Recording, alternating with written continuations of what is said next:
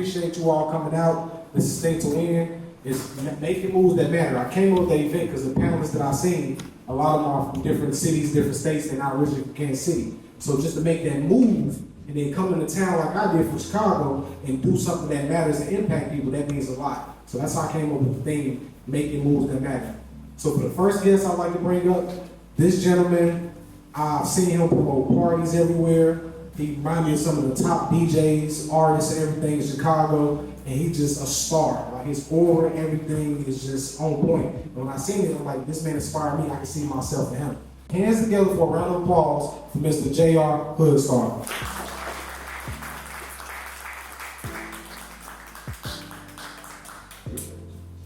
And then this next guest, I haven't yet had a chance to fully hear her story, but when I first came across her, I was talking to her co-host, Brian. Brian is a big fan of my artist I manage by the name of Sophie Hayes. And I'm looking like, who is Deanna? He's like, I do Hustle and Shine. Deanna Hustle, she's from St. Louis, you need to check it out. So I started scrolling through Instagram, I'm seeing all the consistency posts, I'm seeing another person, okay, I'm a man, but this female, I see myself in her. She grinding hard, she's from a different city, she's coming out here, she's making moves, she got a loud voice, but not too loud, but it's powerful. So I'm looking like, you know what, I see like her own type of Oprah Winfrey in her. So I want you all to take the time, put your hands together, a round of applause for Miss Deanna Hustle. And then Deanna's moving over to the stage. This next very guest, I'm proud to say when I came across him, thank you, everyone. Appreciate it. Yeah. So then this next person, I didn't have a lot of time and chances. Unfortunately, none of the panels I had time to talk to. But when I seen him, he had so much style and swagger. I'm like, he ain't from here. He can't be from here. And ironically, when I talked to him, we introduced each other, I went into a shop down the street and we started talking. He peeping out my style, and I'm trying to get somebody else on the panel. It never fell through. But then years later, we meet again, and he's like, I would love to be on one of your panels. I was like, I would love to have you. Like, where you from? Because you don't look like you're from here. He's like, I'm from Chicago. I'm like, me too. So I want y'all to take your hands again, make a round of applause for my brother, Mr. D-Lo Styles.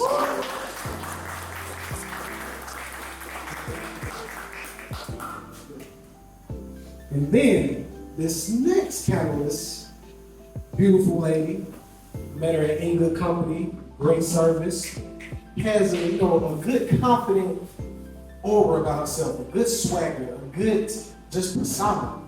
Except for this one night. This one night I'm in Good Company. I don't know what I said, I don't remember, I might have been a little tipsy, I don't know. But I think I reached for her hand, but I didn't touch her, I was disrespectful. I said, excuse me. She stopped. And I said, you got an Instagram? She was like, yeah. And then she said some stuff that threw me off, like I was a fanboy or something. She's the top celebrity in the world. She's like, look, I don't do this and I don't do that.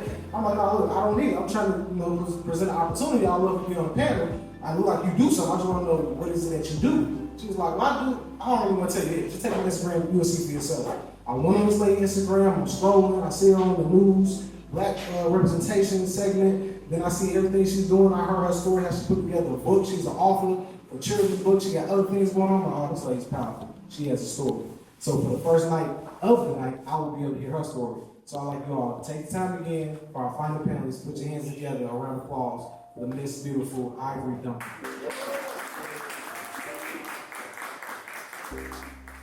So when it comes to the home with upbringing, who you was raised with, when you think back when you are today, what was one thing that you glad you overcame that it wasn't easy to overcome? Love that question. Plenty of things, but the first one that comes to mind for me is rejection. I wouldn't say I'm 100% overcome it, but I've gotten there. And to provide context, it's just the idea that like you belong in a space that like you can dream big and go after it without having to play small. And it wasn't like a direct messaging in my upbringing, but it was always subtle that like don't do too much, don't think too big, don't say too much. And so I questioned myself for a long time. And so like I would say rejection is the thing I've overcome. Let's see, growing up in Chicago, my parents are pastors. They weren't always pastors. I'm the oldest of everything, was child, grandchild. I had to overcome abuse. My stepfather had an idea of what it meant to be a real man or a straight man or whatever his idea was of manhood from his upbringing. And the only way that he felt he could get me there, and my mother allowed it at the time, was to be abusive. So I had to unpack my childhood trauma and understand who they were and how they were raised to kind of know that it wasn't really personal, it was just all that he knew. If that makes sense. Okay. Good. For me personally, that's really a tough question. I say that because I grew up in a household of 3 generations of Perry women. Last name Perry. Tyler Perry doesn't know we're cousins yet.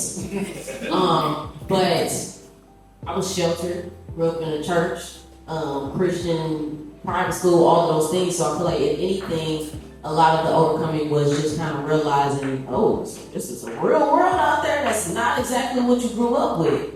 But at the same time, my mom and them raised me a certain way where I got a chance to know that. But once I experienced that, it was like, okay, at least they instilled that in me, at least I knew those things. So that's why I said that question is kind of tough because I'm not too sure, but I feel like there might be something when I hit 30 that pops up and I'm like, this is something that you now have to overcome. But until then, I'm not too sure. I would say, I would end up becoming it's okay being yourself. You know, I come from the projects, the housing authority. And just because my mama and my grandma used to say, just because we live, don't mean you got to live like that. You know, don't matter where you live, just how you live. You know what I'm saying? You come in our house, you think we live in a mansion somewhere. We kept everything clean. But like I said, you go outside, it was crazy. Like I said, I'm from a rural project, so it was kind of ugly there. But I had to learn it's okay to be yourself. Because I was a follower. And I remember I seen you said something about being a follower. But the thing was, I was following the wrong crowd. You know, it's a good thing you was following the right crowd. You know, I was following the wrong crowd. I feel like I had to do this and do that until I realized it's okay to be yourself. You know what I'm saying? So yeah, I would say just be yourself. You know what I'm saying? I had to overcome that.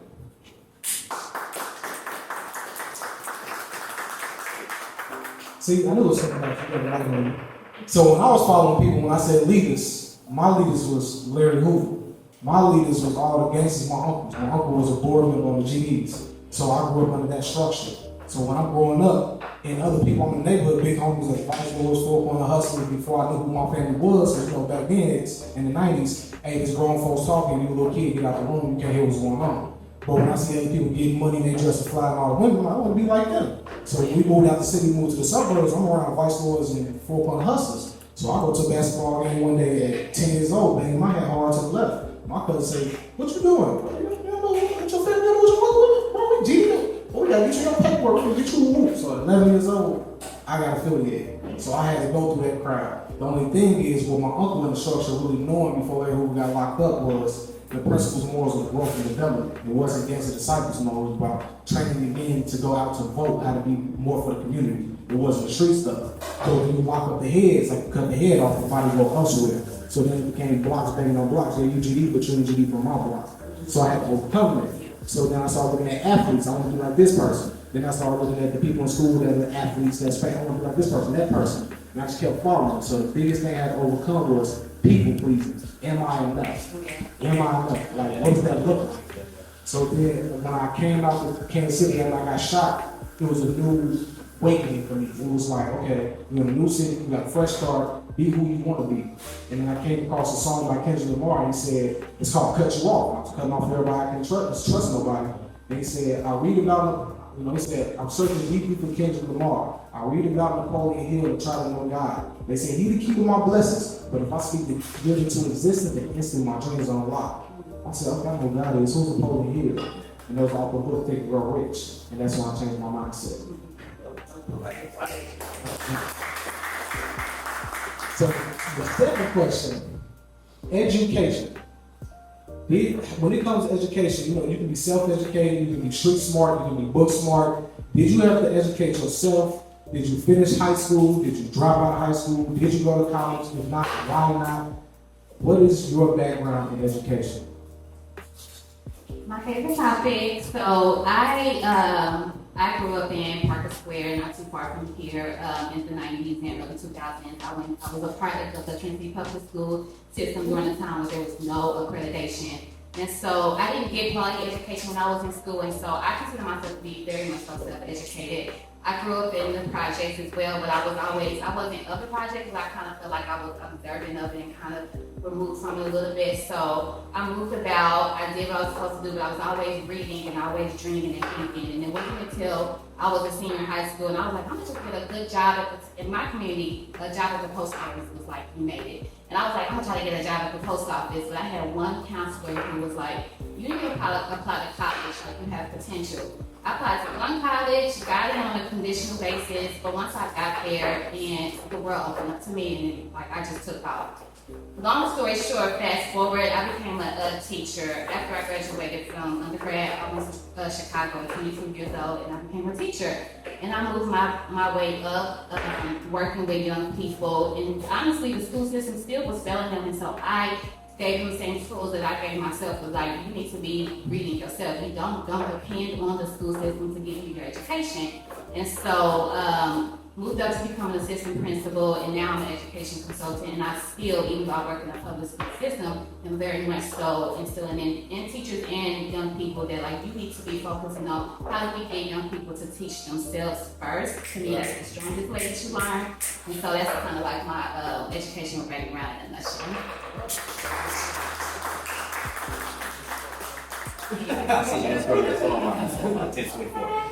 Okay, education-wise, my story's gonna be like this. I got to my senior year in high school and I went through a transition from moving from my parents' house to my grandparents. And there was a situation that happened with my stepfather that caused me embarrassment, so I decided to drop out of the high school. And then because education in college was not dominant in my family, it was impressed upon me to go to college. So it wasn't until later on that I talked to my grandmother and just figured out her story, that I decided, okay, I'll go back and get my GED. I also realized that neither one of my parents at the time had theirs, and I didn't want to be like them as I got older. In my family, the education came from the church, the black church, right? By my parents being pastors, that is what was pushed. You're going to groom to lead in the church world. So we're going to give you all the knowledge about leadership, about mentorship, God this, the Bible this is the way the church operates.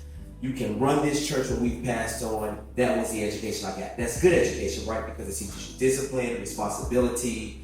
It puts weight on your shoulders because people are looking up to you. So there's an expectation of how you should show up in a room, right? And all of that helps me later on as I got grown in my 40. I'm 40 now, but I didn't understand it until later on. Education-wise, as far as me being a stylist or in fashion, that is self-taught. I became a seeker. I wanted to know more. Like, there's more to this world than just Bible, scripture, church. So one of my greatest teachers was Oprah Winfrey. She opened me up. Okay, it's my time. You got a good 30 okay. Anyway, she opened me up to books like or authors like Eckhart Tolle, that awakened my mind. And then I started learning, as they say, if you want to keep anything from a black man, you put it in a book. So I had to seek and find. I also went through this program called Be Me, Black Men Evolving that taught me my own black history. So I started taking pride in myself, and then I started learning. So I learned to teach. What would you have me to say? What would you have me to teach, and to whom?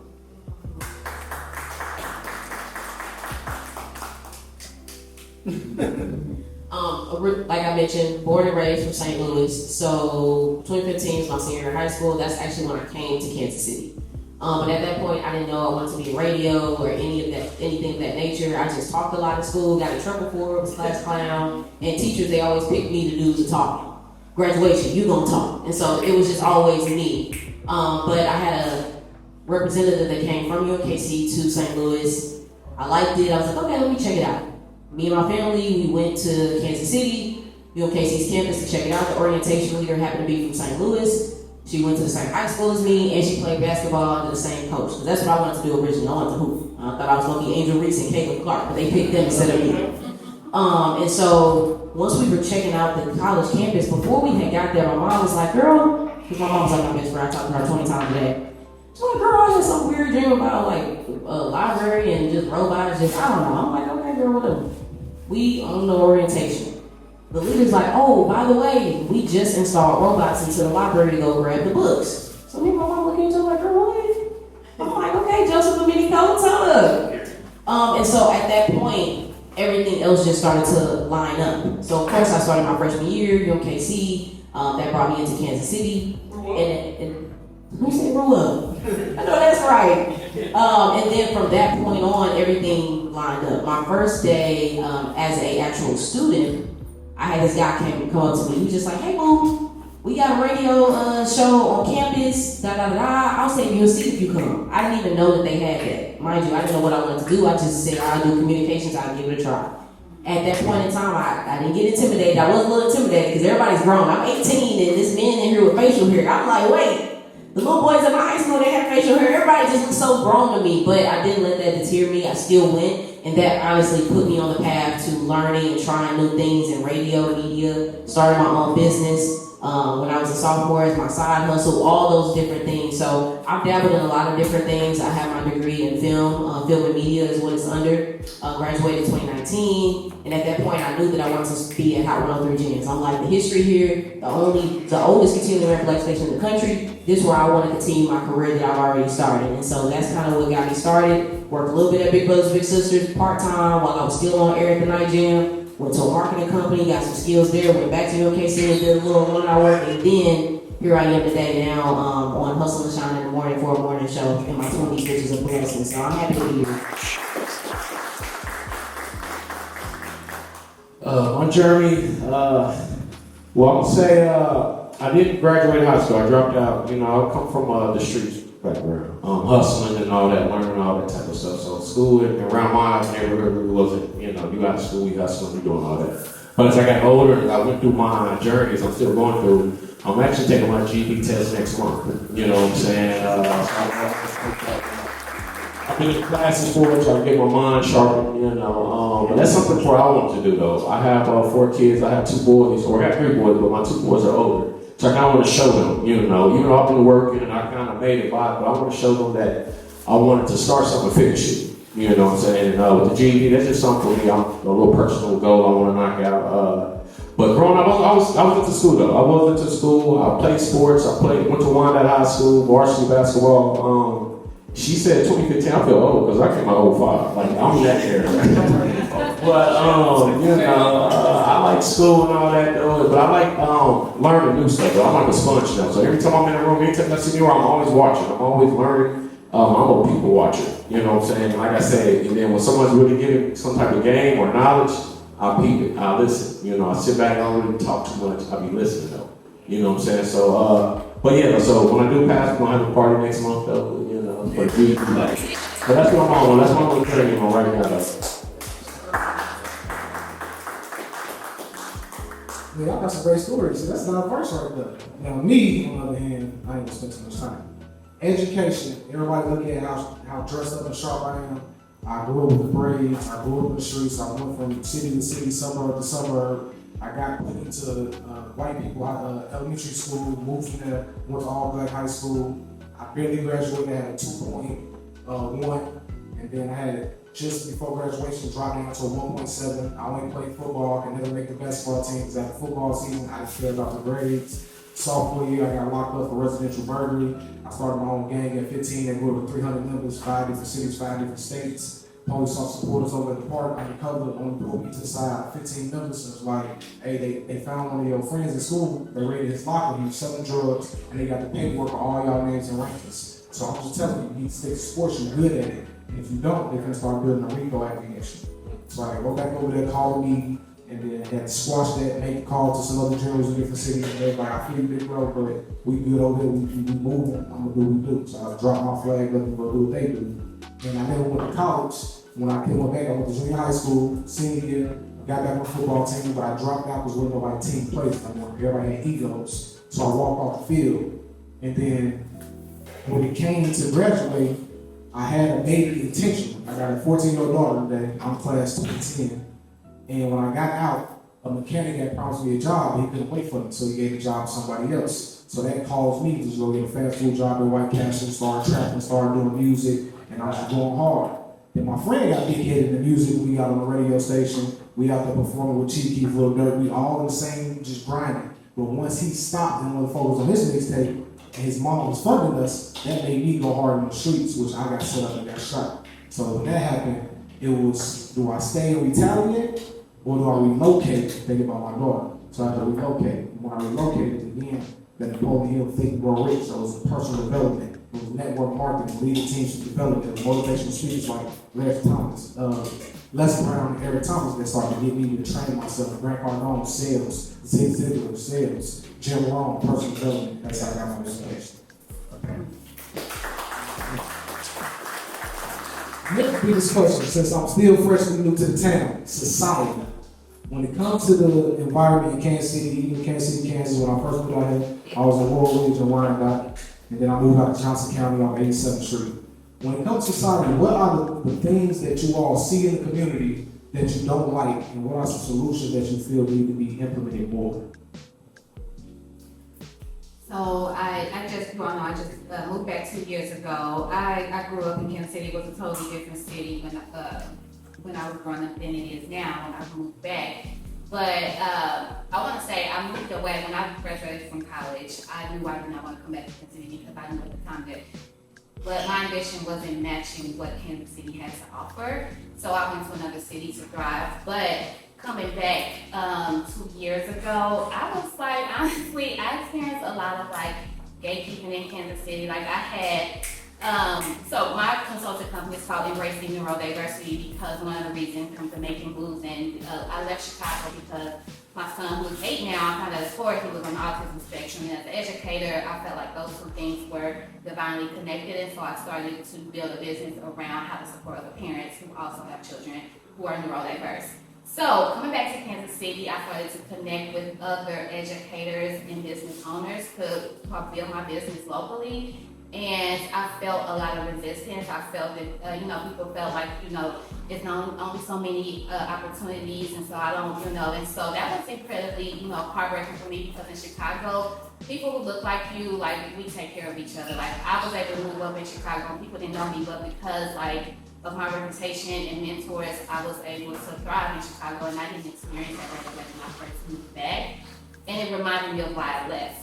And so I kept going, and luckily over time I started to meet people here and there. And one of the reasons why how I met you, I started to work at In Good Company was because a lot of people, I work there, like I moonlight as a bartender. A lot of people don't know what I do outside of there. They think I'm a bartender, and that's okay. But the part of the reason why I started working there is because I wanted to get a feel for the city. To your point, I'm a people watcher. I like to observe and learn from people, and so I started to kind of like talk to people and learn about their stories as they were coming in and out. And it gave me a different perspective of the city, honestly. And everybody is not gatekeepers. If you just continue to, move along and keep your attention right, you're going to attract good people to you. And so, long story short, my first year here was, I was experiencing like culture shock and I was grieving Chicago. But the second year, I kept putting myself out there, started working in a space where I met like-minded people, and it's starting to get better for me. So that's my experience so far. When my feet touched the ground here, I was successful. Mm-hmm. I cannot tell a lie. I lived in Chicago, born and raised, but I moved from Chicago when I was 29 years old, and I was just starting to form my identity or learn who I was. So I was mean in Chicago, standoffish, because you have to be tough in order to move, and especially move in on public transportation. But in Little Rock, Arkansas, I really understood kindness. My grandmother always told me, don't kill with kindness, but I didn't understand it until I moved there. When people would invite you over on Sundays and they actually cook dinner for you.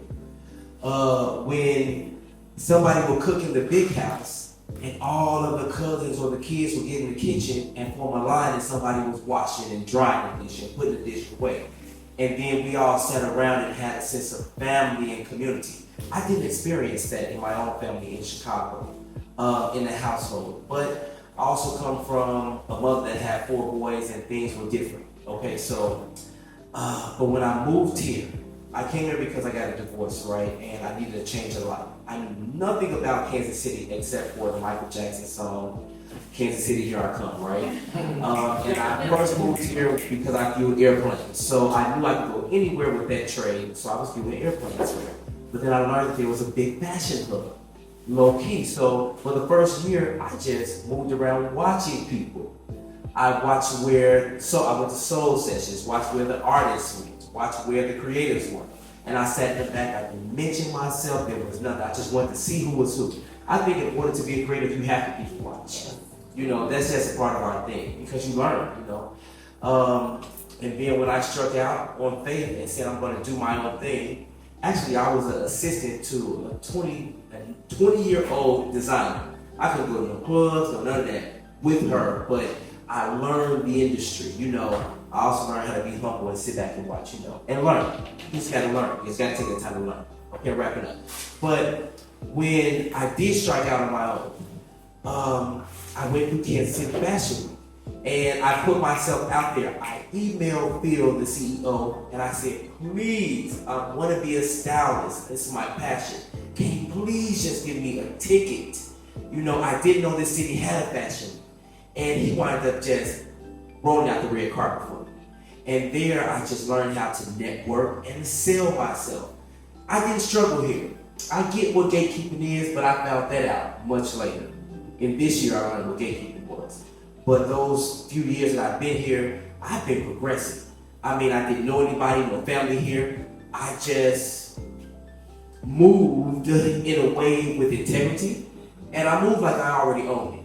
You know, I didn't have a clue, y'all. I didn't have a clue. I knew what I was intaking, and I knew that when I walked in the room, I had to let my light shine so that men would see my good work, right? And my good works would not be evil spoken of. So, yeah, I've been successful. I can't say that I have. You have highs and lows, and we'll get through that. But that's just a part of the game. Society here it can be cliquish. But because I'm not from here, I always seen this city, the gyms. I always seen the light, the streetcars on top of the ground. Electricity is moving through the city. There's something about Kansas City, Missouri that's just a vibe for me, and I love it. I agree with that, especially just the energy of Kansas City. So for me, being from St. Louis, I've always felt more comfortable in Kansas City when it comes to being safe. Like you mentioned, being in Chicago and all those things. Like when you are from certain other cities, depending upon where, you do feel like you gotta, mean mug. I was mean mugging everywhere with my mama. Like don't even look like you can approach me. So that was something that I had to transition and maybe overcome when I'm here, because when I first got to Kansas City, people was like, hi, I'm like, y'all so nice. So that's something I recently said is like people from Kansas City were so nice and welcoming when I first got here. Maybe because I was on a college campus, but still, people just was like going out their way to just be like, hey, you good? Like, and I was like, oh wow, like it was really nice and it was welcoming, and just kind of how you said, as soon as you step foot here, things have been falling into your lap. Opportunities have been placed your way, and it's been the same experience for me. Everything has been aligned, but it's not because I just sat back and let it do that. I still went out and got it.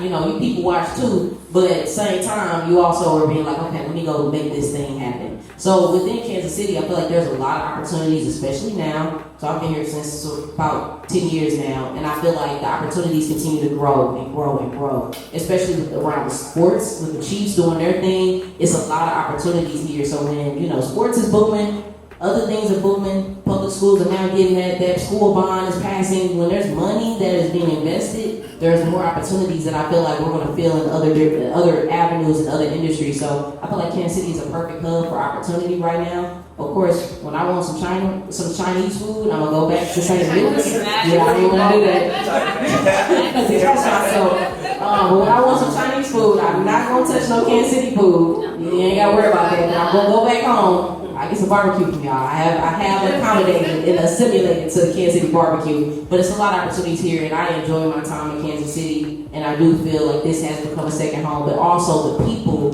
have welcomed me, and that means a lot too. So it's been a blessing being here. I kind of forgot the question a little bit. What? When it comes to Kansas City, when you see the society, what are some of the challenges and what do you feel need to be implemented? Okay, there we go. I thought that was, I was trying to make sure I'm on track with it. I love being from Kansas City. It's my town. KC's the town. From 913 to the 816. But being from the town, being from the city, you gotta deal with the crowd and the world. You know, that type of people like to hate. I ain't gonna lie. Kansas City, it's all good, but I'm gonna give you the real. I'm gonna give you the ugly with the good with it. We got a lot of hate that kind of going on. If you don't come up under a certain tree, you know, kind of like gatekeeping kind of comes into play. If you don't come up under them or somebody didn't show they feel like, they want to help you out. But me being who I am, I always came up on my own. I built my own, how I built my name, I built my own, like I said, just, you bet yourself in your house. I like to tell people, bet the house on yourself. You know what I'm saying? Get them on yourself. I put the house on myself. When I started doing my hosting, when I started doing my promoting, I didn't go under nobody else. It's kind of like, I did my own thing. I brought a little Boosie here back in like 2021. And it was one of those learning lessons for me. Because you had to do it on your own. You know what I'm saying? You try to ask certain people, they kind of, act a little funny with you. They act a little funny with you. And I'm the type to put my hand out. When I come in the room, I'm going to introduce myself to everybody. Whoever I need to know, I'm going to introduce myself. That way I know I extend my hand out first. So they don't extend their hand back, like, okay.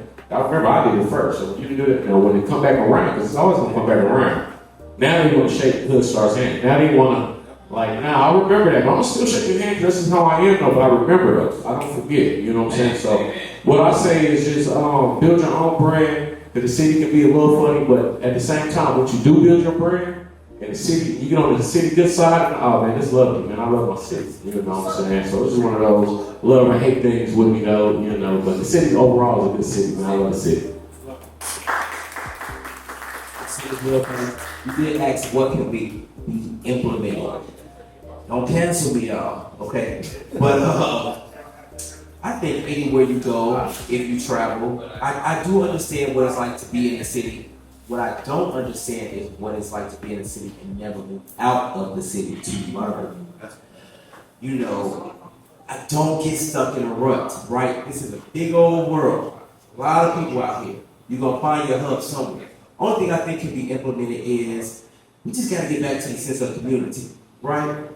We're going to take care of ourselves if we just can rally with each other. That's the one thing I see here. It's a cliquish city, but community-wise, just teach one, share one. The gatekeeping, I get it, but just reach out to your brother again. I know we run out of time. Deanna has another engagement to get to. I got a little bit more time. Okay, cool. Yeah, I But got you have a follow-up question anyway, you know what I'm saying? Go ahead. All right, Bob, I'm still starting with you. So, we'll start with you. I'll come back this way. When it comes to business, I know some of us entrepreneurs, we probably got future goals to start some probably big brick and mortar business and things like that.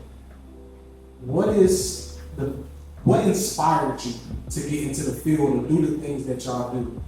And what is one of the greatest lessons that you learned about doing?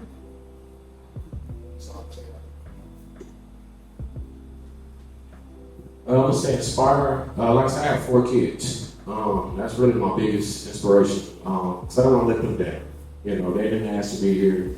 And like I say, me coming from the streets, I was living like kind of the selfish life.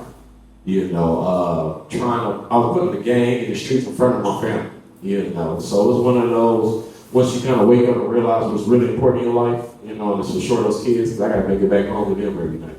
So I would say that's for sure started my inspiration of just building my own brands, leaving a legacy behind.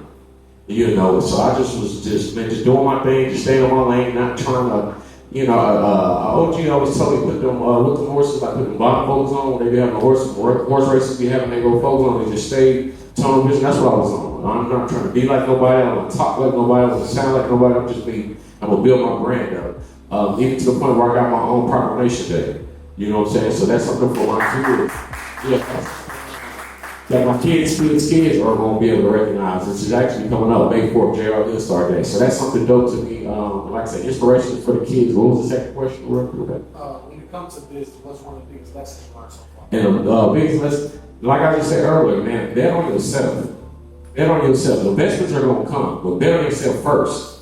Because I promise you, once you better yourself, the big investments are gonna come. I'll be having a lot of investors wanna, kind of invest into me, but at the same time, you can't just go to everybody.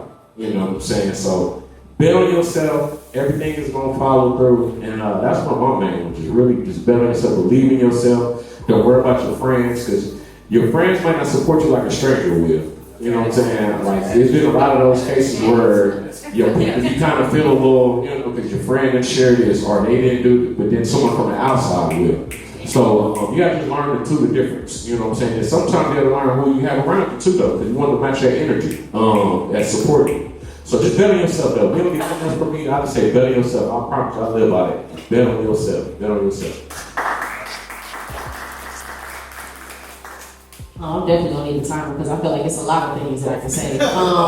So inspiration-wise, and this is gonna speak to the other part that I'm gonna mention is having that confidence, betting on yourself, believing in yourself. That's something I've always been instilled. I've seen my mama go get it, so I'm gonna go get it. So it's just that was automatic. That's why my name is Deanna Hustle. Deanna's my middle name, but hustle I feel like always explains me well. And we all out here hustling for something, whether it's the new pair of shoes you want or you want something for your baby, whatever it is. And then me being from St. Louis, you can't spell hustle without STL. Always gonna throw that in there. But inspiration wise is I just never felt like I was gonna live a regular life. That's how I feel. Like I'm just getting started. My career is just getting started, and I'm blessed to be here. But I feel like sometimes you do have to have that confidence in yourself, where it's not cockiness. Some people might view it as that, but it's just you being sure of yourself. You being sure of your talents. You being sure of the fact that you have a platform that can take you to places you never thought or even imagined. And so that's kind of how I've always been. But maybe my mother and them instilled that in me. Maybe that was something that was already there. Who knows? But that's part of my inspiration. Is I'm like, look, I'm gonna go get it. And I like nice things too. So I gotta go get it somehow, some way. So if this is how I can monetize my skills, this is what I'm gonna do. You look at online, everything is getting digital more and more. So if you can find a way to monetize something, we got people doing food reviews every second. Find a way to monetize something you like to do. We all like to eat. So find a way to do that. So that's kind of how my mindset is. Like I was on Twitter at 12 when it first came out. So I've always been on social media. I've always tried to find something. So business lesson wise, it's just to continue to be yourself, but have that confidence is something that I feel like I've always had. When I do workshops with young teen girls, that's kind of what I tell them is it's times I've been in rooms that I did not know all the information, but I probably walked into it like I did. And so once I walk into it like I'm owning the room, hey, you halfway there. Don't oversell yourself and underperform, but still come in with that confidence, because a lot of times employers, other opportunities, investors can see, they might not know this skill, but they can learn it. They can figure it out, but they have the determination to figure it out. And so that's something that I've always had along my journey is I've always been like that. And I also mentioned too, business-wise, of how you show up. That's online too. Like how you handle yourself. You getting sloppy drunk at the club every other week, but you want us to respect you as a business owner. Those two things can be true, but at the same time, two things can conflict. So when we talk about the people watching, you kind of see like how people move, and you're like, okay, how can I really trust this person if they behave like this and they on social media saying this, posting this? And those also can block your opportunity. So that's something that I've learned. I've seen a lot of people block their blessings that they didn't know existed. But I'm in rooms where people are like, man, I really want to get so-and-so. And but they just wilding on Facebook. They wilding on Twitter. And I'm like, dang, they don't even know that they just fumbled their own bag. So that's kind of like a business lesson that I feel like I've never had any opportunities where I was tripping. My mom was already watching my Twitter. I said one cuss word. She was like, now baby, what you doing? I said, that's a young thug lyric. Let me live. But yeah, I'll mention that and I'll pass the mic.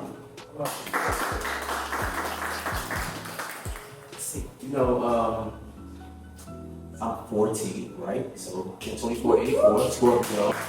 I'm in there, right? In my generation, I could just speak from where I come from. Church world, right?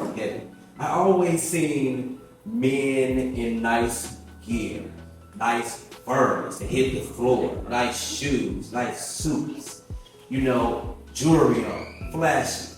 If you come from the black church, you know who they were. But there was something attractive about them. They got a nice car, they smell good. When I hung out with them or in the spaces, they talked well, they spoke well, they always spent well. Those were things that attracted me. That's why I wanted to live a lifestyle that that mimicked what I saw, you know. And then as I spoke to them and I talked to them, I understood they worked nice jobs, you know. They went to work every day. No matter what they did during the weekend, they got up and went to work, you know. They showed up in rooms as their full selves, you know. Yes, their gear was a representation of, you know, status, you know, but they didn't wear it to hide anything. They were their full selves. I got into fashion because I was just bit by the fashion bug. My grandmother went to work, 9 to 5 corporate. She looked good leaving the house every day. On Sunday, she laid my grandfather's suits out. She put on her hats and her suits. They looked good. They walked out. We walked out. We looked good. It was just ingrained in me. I lead because that was just what I saw. The example was, you lead, people will follow.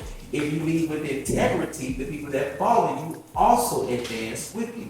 So those were my mottos or my directions to be in a world of business and leadership. You know, I got my entrepreneurial skills from my parents. I'll go back to them. They used to rehab houses. So yes, I got up early in the morning and I was in there laying drywall or unloading the trucks, you know, but I learned what it was like to be my own boss, to make my own money, not have somebody standing over my shoulder telling me what to do. Later on, they kind of bit me in the butt because I had to learn how to be humble when I walked into corporate. Still show up my full self, but learn and listen, you know, if that makes sense. And that's just the way of Chicago. Like I said, when I got to Arkansas, when I married into a family that owned blocks of houses. I didn't know that, but they had those same skills. I'm my own boss. I make my own time. I learned how to save my money and not splurge it on frivolous things. Although my closet was nice, I learned how to save. And when you learn, you can teach, right? When you get, you can give. I learned how to share. Those were reasons why I wanted to lead, why I wanted to style, why I was able to show people, give direction in my industry.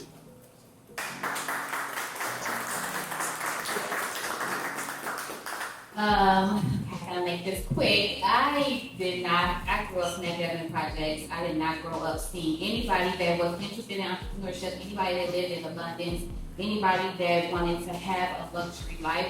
So honestly, I feel like a lot of it was really like a calling. It was like innate. But the one thing that my mom, she passed away, God rest her soul, the gift she gave me when I was a little girl before we had started kindergarten.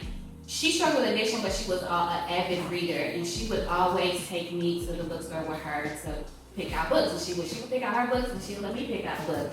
And that just sort of created a foundation for me for the rest of my life. And so what books did for me is it created an imagination. And I started to think about like, well, what if there was other experiences I could have in life? And so I'm a curious soul, and I'm a creative. And so throughout the trajectory of my life, like I've been able to see the world. I've been able to travel a lot, and everything I see, I want to be able to experience it more. I've been able to meet people who have exposed me to more beautiful things in life, and everything I be exposed to, I be like, I want more of that. I want to live that lifestyle. And so it's just really something that I feel like God has really like blessed me to come every step of my life to be in position to see things, and then when I see it, I want to experience it. So that's one. But in terms of like what I've learned on this journey of like entrepreneurship is that you can't operate in a space of scarcity. So like when I first started out with all of my endeavors, I was like, I gotta figure out a way to make money from this. I can't keep putting money into it. How can I make money? How can I make money?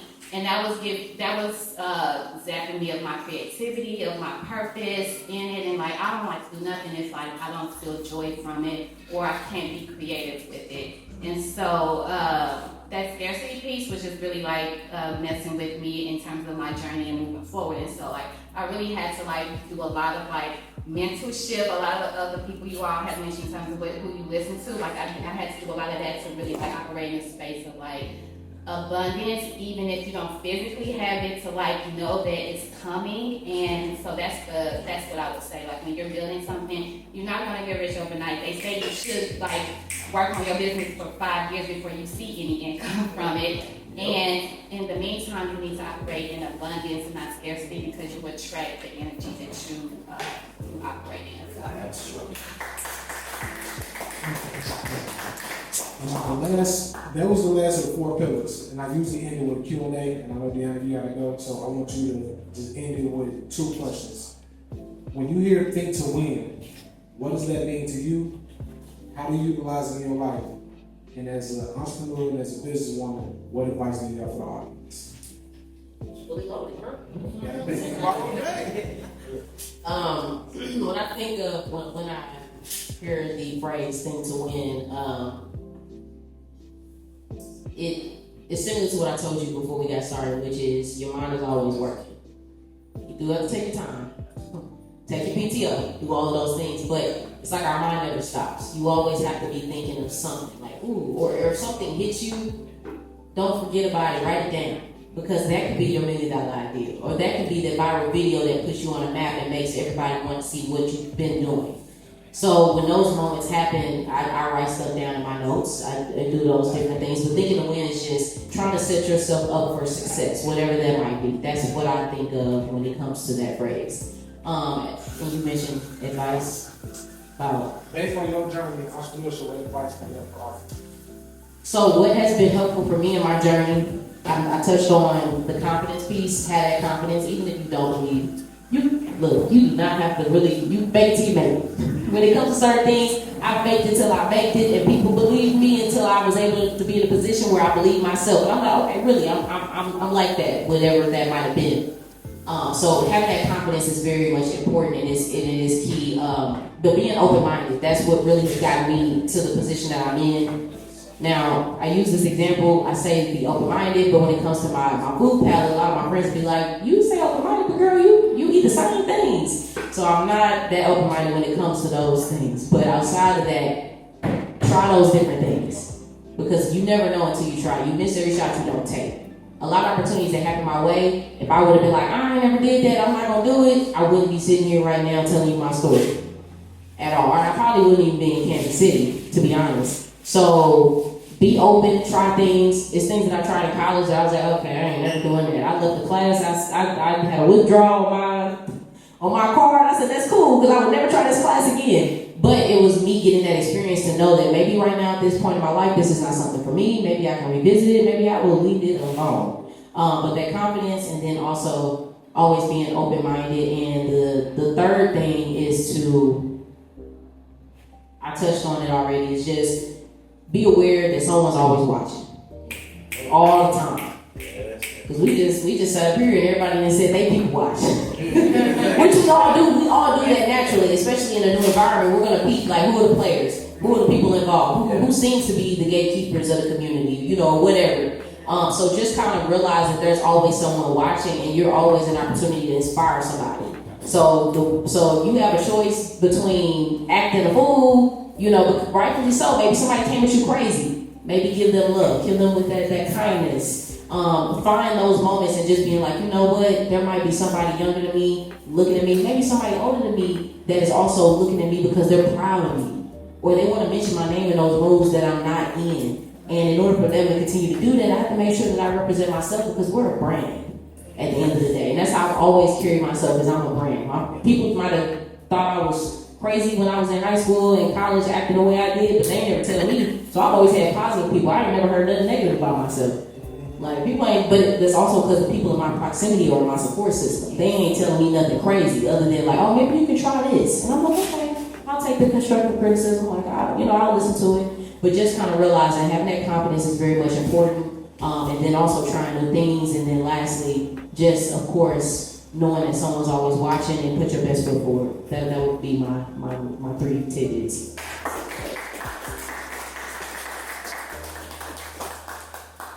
And again, as Leon, I know you gotta get ready to exit. As she gets ready to exit, how much minutes? You got 8 minutes? I know it's down to Okay. So I want other panelists to answer things to win, but do anyone have a specific question for Deanna while she's still here? Any questions for the audience? Nope. I got a question. When you first got on the radio, did you stutter? Were you nervous? And if you were or if you wasn't, how, if you wasn't nervous, what were you thinking going into your very first day, if you remember? And if you was nervous, eventually, how did you overcome it? You know, it's funny, a lot of people ask me that, like, when we have guests on the show, they be like, y'all be nervous? I'm like, no, because we do that every single day. The first time I was actually on air was kind of a mistake. So I got the job in 2019, and when I graduated college, that's when I got the phone call from my hey, would you be on the show? Da, da, da. Now, at that time, people knew me as Shay from the Loop. My real name is Shay from the Loop, St. Louis, you know, all of that. So in college, everybody knew me as Shay from the Loop. That's how I know people knew me in college, or you knew me after post-grad. So that was my name at the time. Now, at the time, my boss was like, yeah, like, it can't shit. You know, we don't want to hear nothing about St. Louis. Like, he was just like, you know, switch your name up. I'm thinking, brother, please. Like, I'm Shay from the Loop. Like, it ain't no problem. Like, everybody, like, it's rivalry, but it's not that deep. And so it came to a point where he was like, nah, I was for real. You got to really get a new name. But before that point in time happened, Lady T was actually working, and she needed to go do something. She was like, hey, I'm going to switch over real quick. Can you do this trending topic or trending music? We have a little thing, you just mentioned the song. Real simple. But to somebody that's new, it could be a little tricky. So I'm like, that confidence. I'm like, yeah, girl, go ahead and do what you got to do. More people, and I'm cool. It was a little bit of dead air. Not going to lie. It was a quick second, and she came back. I did the trending thing. I wasn't fully nervous. I just had like a little hiccup. Not really noticeable if you don't work in radio. But she came back. She was like, you good? I'm like, yeah, girl, we good. Take your lunch break. And then moments after that, I felt like I was always a natural. After, like, it never felt crazy. I prep enough, and I make sure that I know what I'm about to say, because you have to know what direction you're going in. Because if you get on air and you just like, then you will have those problems. But if you walk into it having that prep work, which you do have to do, and I think people don't think that exists, they don't realize that you do have to have a direction of where your conversation is going to go, and you still have to be on a time restraint. You can't talk like a podcast. You got to be quick, fast, and in a hurry, and give people the information quick, fast, and in a hurry, like that timer right there, which I'm clearly not doing. But so that's kind of the pieces. I've never really felt nervous, but I think that goes to my support system. As soon as I got on air, my mom and my nanny did a group chat, and of course my dad too. Like, they listened to me faithfully. Anytime I was on air, they was like, you sound good, girl, we can't even tell, da da da da. Because all the stuff is going on, you can't hear. But that's the goal, because you shouldn't be able to hear all the malfunctions that's happening on my end. Is to just pretend we're living in a state of Delulu when I'm on air. It's like, it might be a lot of issues. Wi-Fi down, we run into all type of stuff. But the key is to make sure that the listeners have zero clue that this whole system just got shut down on 2 seconds ago, and I just got on the mic a minute ago. So, yay and nay to being nervous, not anymore, of course. Now it's been about roughly 5 years. So, but that confidence piece kind of helped me get through, and then of course my support system. So. Any parents got a question for them? Where free tickets at? KPRS.com.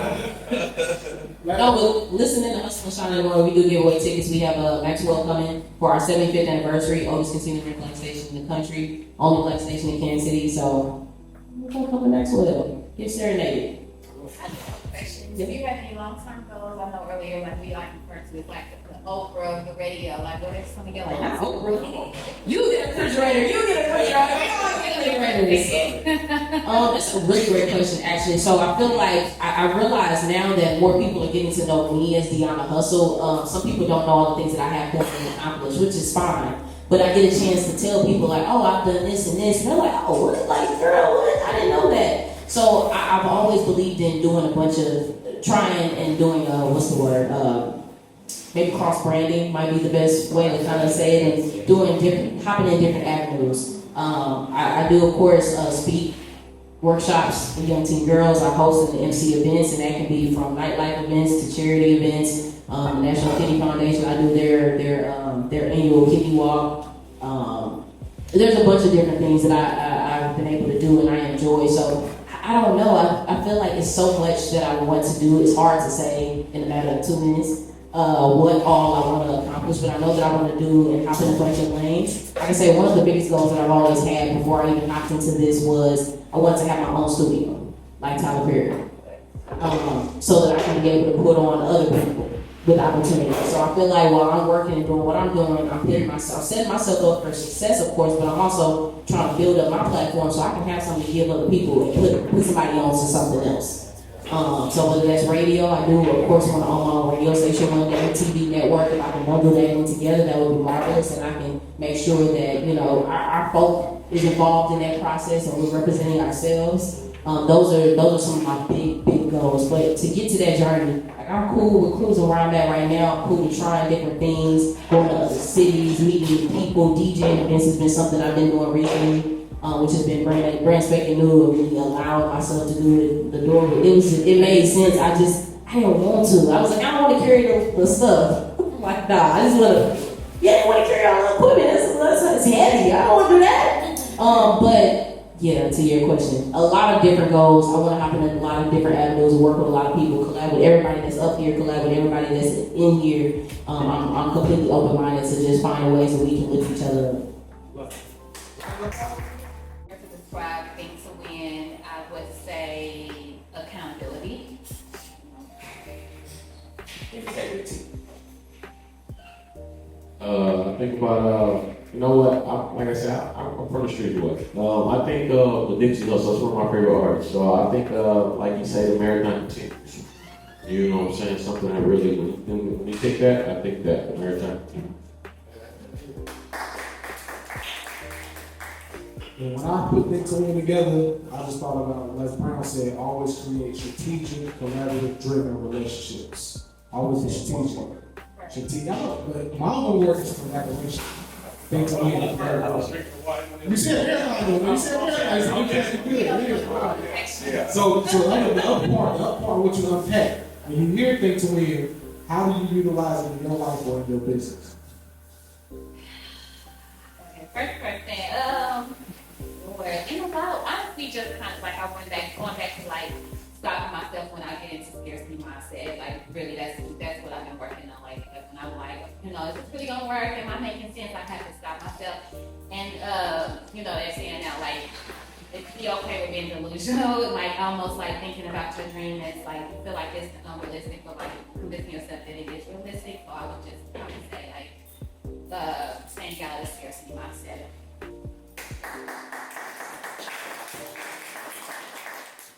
I mean, think to win. You have to think. You got to use your brain, right? You have to intake knowledge. The only way you can think straight, right?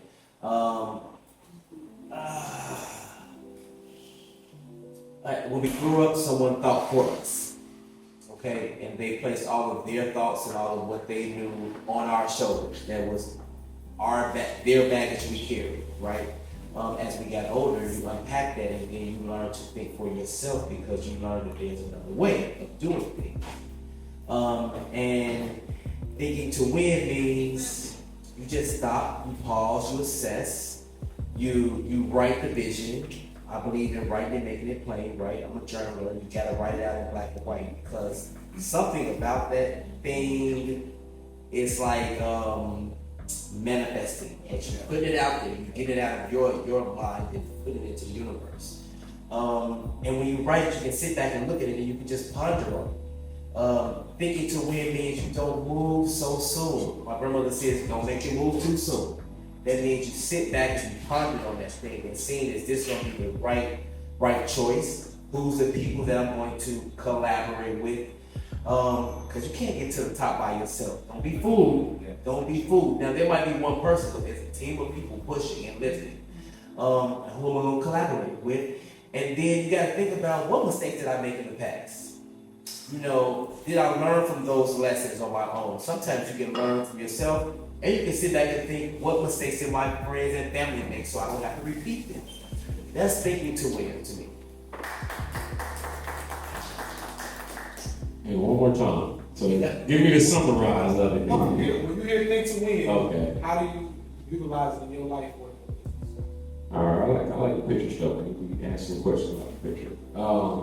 But to use it in lines, I will say, once again, like just bet on yourself, playing chess, not checkers, and making every move count.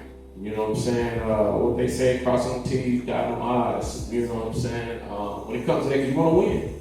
we all want to win. I'm not playing this just to look good. I'm not on the stage just to. No, I'm trying to win something. I'm trying to accomplish something. I'm trying to, like I say, build a brand. I'm trying to get to the bigger stage. I done hosted everything in the city. The only thing I haven't hosted yet is the T-Mobile Center, and I'm praying for that to come. I'm going to make that happen. You know, it's gonna come. Somehow it's gonna come. I just hosted what was that last week? Voodoo Lounge inside of Harris Casino. That's like I said, I'm coming from the streets, so I'm in different rooms now. You know what I'm saying? My name is in different rooms I ain't been in yet. You know, so it's one of those when you think about that, I just continue to win. Think about winning. Think about winning. Think about winning fairly.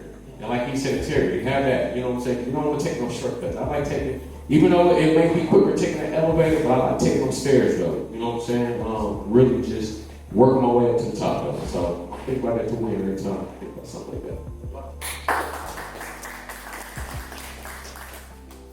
Now, I know it's a question that I didn't get a chance to answer. When it comes to business, the greatest advice that I feel like I would receive is when it comes to, before I say that, when we talk about gatekeeping, I was talking to Christine at the Black Club, and he was talking about the Harlem Change of Commerce. And she was like, what can we do over there? Like, what's been your experience? I said, honestly, I spoke at chambers out of Florida with Les Brown, going to different chambers, but I don't fully understand the concept. I feel like it's a sorority, a fraternity, you know, they got their things and they get certain access to people.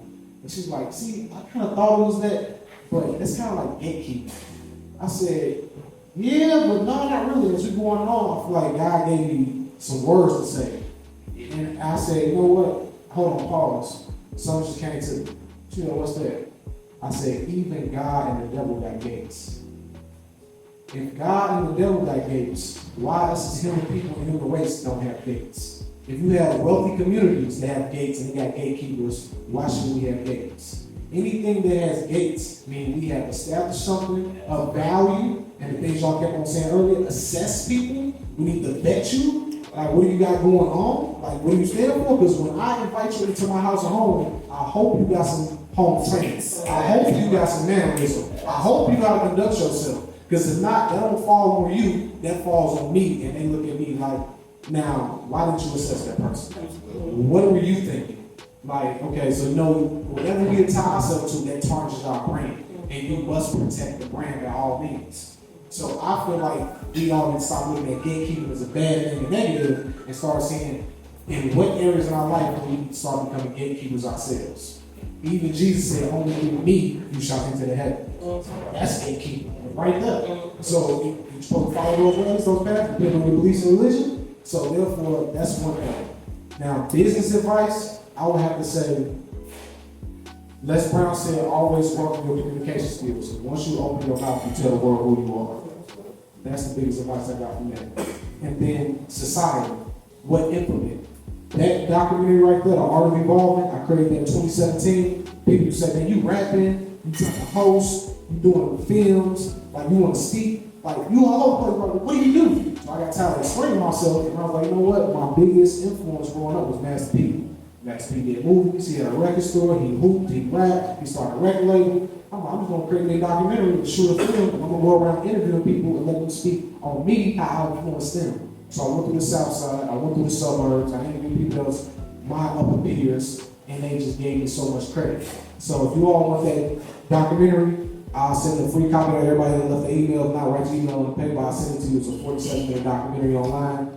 And call it The Art of Evolving, Reshaping Your Reality, because most people are trapped with this limited negative narrative and telling ourselves. So Les Brown said, how we live our lives is the story that we tell ourselves. What do you believe? What are you saying? Who gave you that story? That's how I transform society.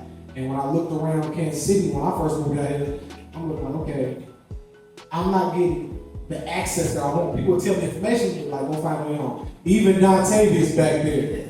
So I tried to get access to certain information, certain people, and they was like, no, bro, you can go for yourself. And I wasn't used to that because in Chicago, you gotta know somebody. You gotta come up, like JR was saying, you gotta come up with this, you gotta do this, or not, and you gotta figure it out on your own. But as I kept going, I said, I need to create a platform for myself. I need to learn how to lead with value, not just come. Because it's like I'm trying to take, like, give me this, I want this, I want this. But what are you leaving? What am I getting from it? Because I had to work hard for this. My reputation online. So that's when I say, you know what do people need? And everybody can't see, you know what I'm saying? It's gatekeepers, it's too much competition over collaboration, everybody click tight. And 19 Keys came to Keystone last year, and I asked him that question. I said, I feel like Kansas City is click tight. What advice do you have for me? He said, well, you're an outsider. Like, why should they trust you? What you need to do is find out who they value or what they value, what are their values, what are the traumas around the city, what created it, and then what can you bring of value to them? Rather than somebody that's outside the city, so you show them that it's value in outsiders, or you create value for them and create a platform. So when you see these folks, I just see the value that JR is doing. When I first started Think to Win, I said I'm just gonna pick any local entrepreneur business owner that want to share their story, be vulnerable. It was good, it was a little successful. But this year, January, I said I need people who are already doing the work and potential with their passions panel. And that's what we have on the panel. When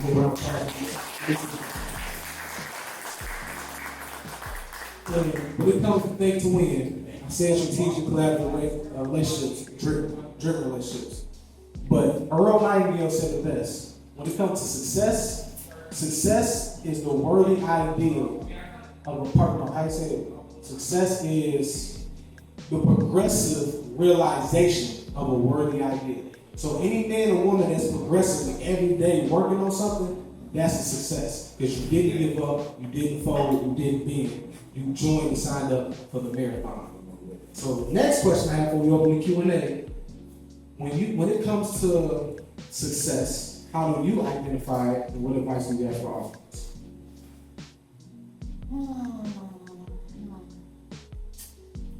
I mean, never giving up, honestly. I think, you said it beautifully, like having an idea, a concept, a dream, and every day doing something to work towards it, even if it is taking a break, even if it's sitting and journaling about it, even if it's the small stuff, but like holding fast to your dream and doing something each day to get closer to that, I think it's probably the missionary success. Let's see, success is going to be different for everybody, right? It's going to be from the territory that you come from, the area that you were raised in, how you saw the people how you idolize people who were successful in front of you, what example you had. For me, success is the little things, right? Small victories. Sitting here on this panel, success. I did something right somewhere that my light shined. I worked out that thing that I had struggled with, and I accomplished that goal, and here I am. You saw something. Success was also, to me, saving. It's the little things. Right? We didn't get here overnight. I didn't come here with a silver spoon in my mouth, you know what I'm saying? Nobody paid my bills. I worked hard. Success was learning to invest in myself. That was success. Success was me paying my light bill on time. It's the little things like that. Success was me able to report back to my grandmother when she asked how I was doing, and I didn't break down crying. I was able to firmly say, I'm doing this, this, and this. And when I hung up the phone, I felt successful. I felt like when she hung up the phone, she might have had a smile on her face, like, finally he got it. That was success. I would say that I'm still trying to get there though. I'm still trying to get there. But it's also on the way right now. I would say paying bills. You know what I'm saying? Having a craft that pays bills is a good feeling. You know what I'm saying? That's a very good feeling. I'll be able to travel the country. I've been from New York, LA, Chicago. I've been everywhere. And it comes from getting paid. That's a good feeling. It's a really good feeling when they send that front end and that back end at once. I like that. So success is, like I say, just trying to live off your success, man. That's what we do. I got family. I'm sure we all got bills and kids. If you don't have kids, you got bills. And just living life. So like I said, success, man, find something that you want to do that can get you paid, man. We want to get paid. Then find something that can get you paid while you sleep as well. So when you wake up, that's a different feeling too. When you wake up and account, something came to your account from something while you sleep. I ain't got to worry about this light bill this month. I ain't got to worry about this car note. I ain't got to worry about this insurance or whatever, because that host just came in or whatever just came in for you. So for success, though, I'm trying to get there. I'm learning to get there. But right now, though, just get paid for your craft, though, man. Learn the way to get paid for your craft.